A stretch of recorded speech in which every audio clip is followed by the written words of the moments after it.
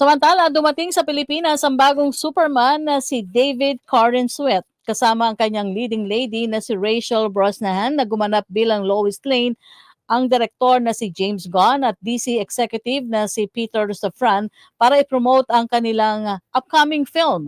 Ginanap ang Superman Look Up event sa Bridgetown Central Park kung saan mahigit 1,000 katao ang nagtipon para sa isang makasaysayang Humans Formation. Nakasuot ng blue Superman t-shirt at red capes na sabay Superman shirts at red capes sabay nilang binuo ang malaking letrang S bilang simbolo ng suporta at mainit na pagtanggap sa bagong Superman cast at crew.